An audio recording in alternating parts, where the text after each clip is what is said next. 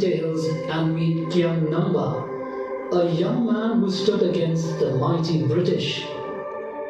Kyung Namba was born to Rimai Namba at Pepale in July. He was still a child at the time when the British annexed the Jaintia Kingdom in 1835. Kyung Namba was a rural folk and a common farmer that belonged to the lineage of the Sukpo clan. In 1860, a house tax was imposed in Jaintia Hills. The public pronouncement of this imposition was made by Manik Pakindeng in a Darbar held at Minkoi Birdi in 1859. Kyung Namba gave a fitting reply in the Darbar and said,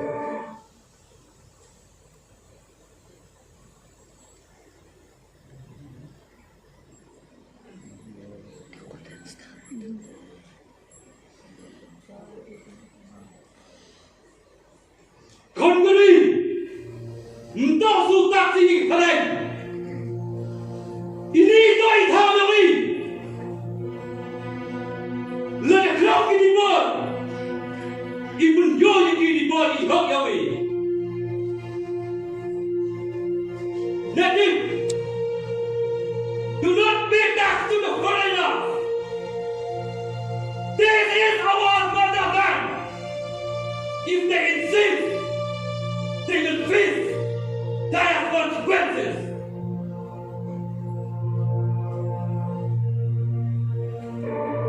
In the same year, many more taxes were imposed, which includes income tax and duties on trade and other commodities, despite the people of Jaintia had made it clear that they would not pay any forms of taxes imposed by the foreigner. The immediate cause of the resistance was triggered by the incident that took place at Yalong, on the occasion of the traditional dance called Paste Kaiksu.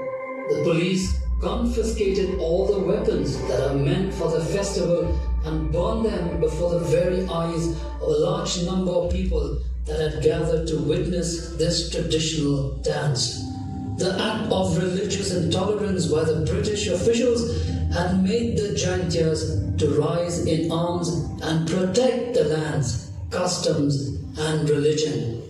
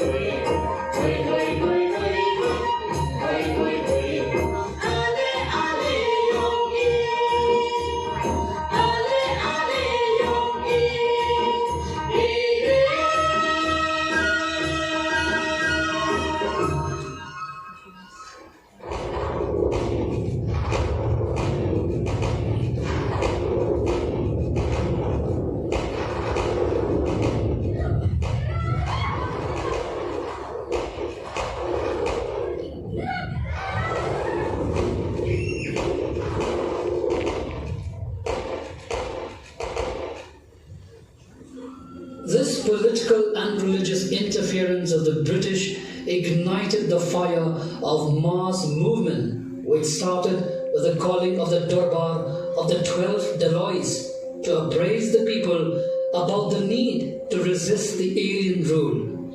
Daring old and young men attended the Durbar.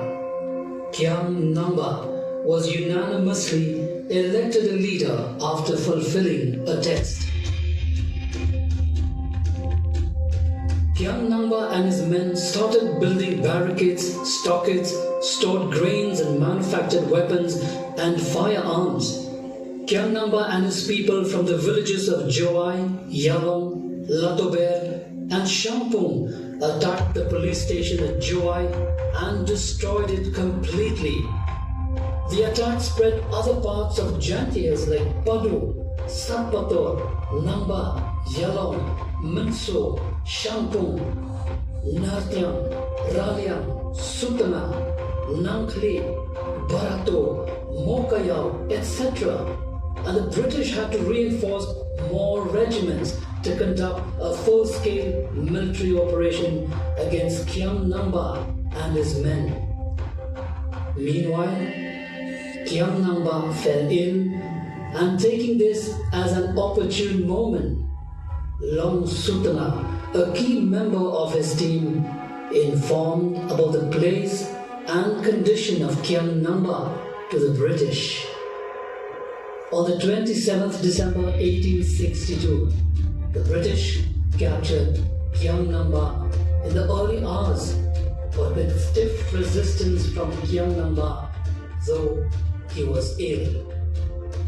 This revolutionary leader was put on mock trial and was sentenced to death within 3 days of his capture, before the very eyes of the troops and locals, to send across a tough message that any resistance to the British rule would not be tolerated and would be suppressed with an iron hand. Kyang Namba was hanged on 30th December 1862.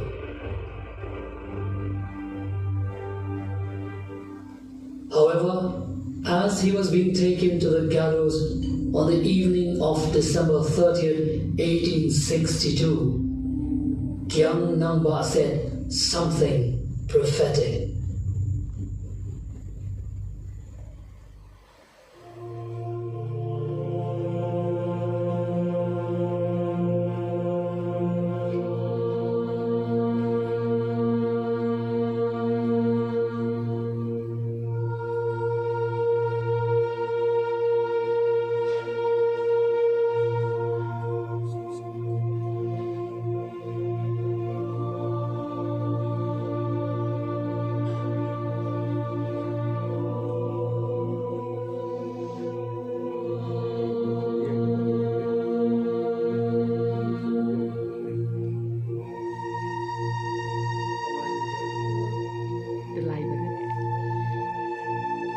Country, le akaman, ngam yeda, yedai ni, tangwa, mana ya ah, thoni kule kasi, lada, ikli yana, ukur onge, sasami. Đào phòng, broccoli, yên ông là đà, cái lối gì, chamini, sleepy, đào được anh luôn, cái gì,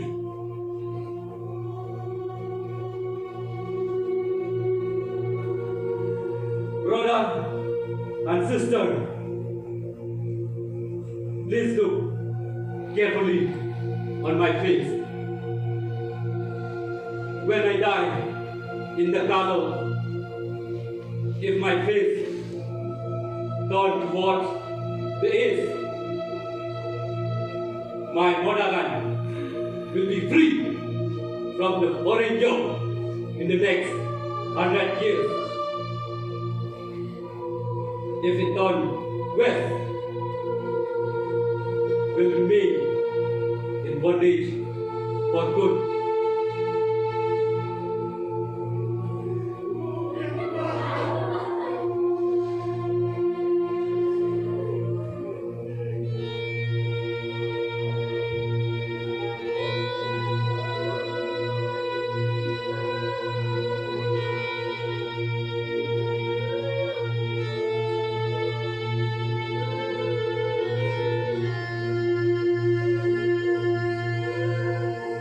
In less than a century, India became independent. Kyamnamba fought for the rights of the people in the face of imposition of an alien way of life and values.